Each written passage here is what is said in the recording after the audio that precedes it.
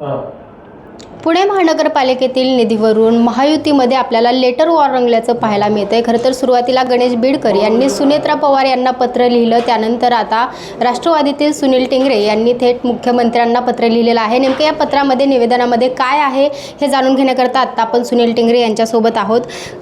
तुम्ही फडणवीसांना पत्र लिहिलेलं आहे, काय नेमकं त्यामध्ये लिहिलेलं आहे? हे पहा, तुम्ही पाहिलं असेल की आमचे सहकारी मित्र सभागृह नेते गणेशजी बिडकर यांनी सुनेत्रा वहिनी पवार यांना पत्र लिहून आमच्या पक्षाच्या वर्तणुकीबद्दलची माहिती दिली, परंतु ती एकतर्फी होती आणि त्यातनं कुठंतरी दोन पक्षामध्ये गैरसमज निर्माण होऊ नये आणि त्यातनं कुठंतरी दुसऱ्या मार्गाला हा विषय जाऊ नये ह्या हेतूने वस्तुस्थिती काय आहे, राष्ट्रवादीचं वर्तणूक कशा पद्धतीचं याची माहिती मी त्यांना दिली। आपण सर्वांनी पाहिलं असेल की पुणे शहराने आम्हाला विरोधी पक्षाचं मॅन्डेट दिलं आणि आम्ही त्याचं विरोधी पक्षाचा नेता म्हणून काम करायला निलेश निकम यांना सभागृह नेता म्हणून नेमले आणि आज आम्ही ह्या पुणेकरांच्या विकासासाठी काम करत आहोत।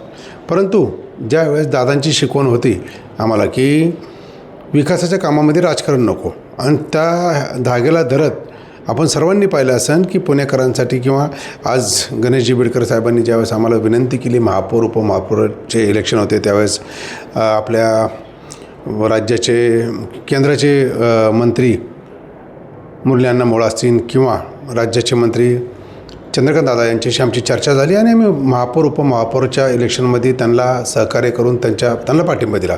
त्याच पद्धतीने पुण्याच्या विकासाचा एक मोठा विषय, तो अतिशय मानाचा विषय म्हणून भारत मंडलम या ठिकाणी आपण बघितलं, त्या विषयामध्ये पण विकासाचा विषय असल्यामुळे आम्ही त्याला सहकार्य केलं।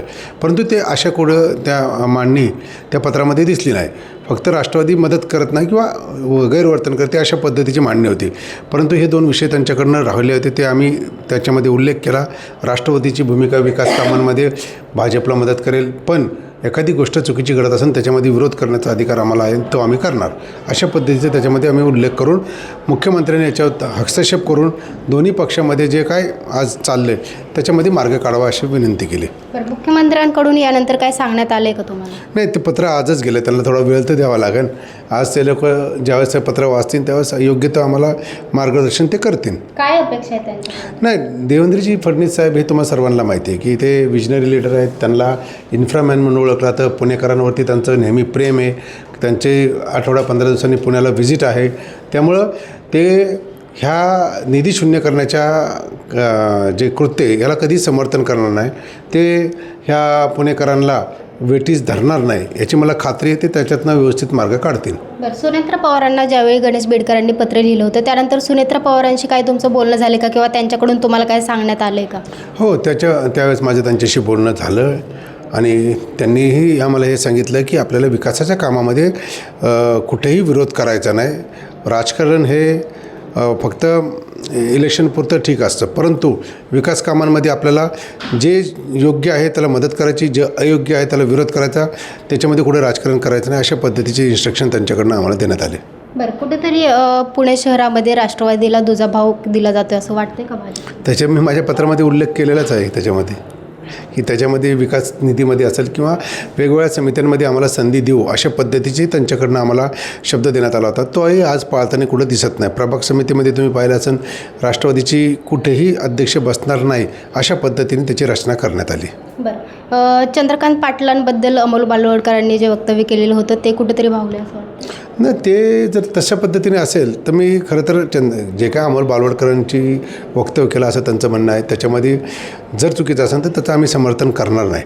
परंतु सुहास टिंगरे यांनी अनुमोदक म्हणून सही केली म्हणून त्याचा निधी शून्य केला तर हा कुठंतरी पुणेकरांना किंवा नगरसेवकांवरती एक चुकीच्या पद्धतीने मेसेज गेला आहे, दहशत झाली की उद्या आम्ही पुण्याच्या विकासात किंवा ह्याच्यावरती कधी आवाज उठवायचा का नाही उठवायचा अशा पद्धतीचं चर्चा आज सर्व नगरसेवकांमध्ये आहे। बरं, मुख्यमंत्र्यांकडून तुमच्या या अपेक्षा पूर्ण होतील असं वाटतंय का आणि जर पूर्ण नाही झालं तर पुढची भूमिका काय असेल? नाही, माझ्या हिशोबाने मुख्यमंत्री याच्यावरती तोडगा काढतील, परंतु जर नाहीच झाला तर मग पुढचा मार्ग अवलंबावा लागेल, पण ती वेळ येणार नाही अशी मला खात्री आहे। नक्कीच तर हे होते सुनील टिंगरे आणि एकंदरीतच आपण पाहतोय की गेल्या काही दिवसांपासून महापालिकेतील निधीवरून खरं तर हा विषय रंगलेला होता आणि यावरती आता सुनील टिंगरे यांनी मुख्यमंत्र्यांना पत्र लिहिलेलं आहे। हा विषय खरं तर मुख्यमंत्री सोडवतील अशी यांनी अपेक्षा व्यक्त केली। पुण्याहून स्नेहल लिमगिरे, डिजिटल प्रभात.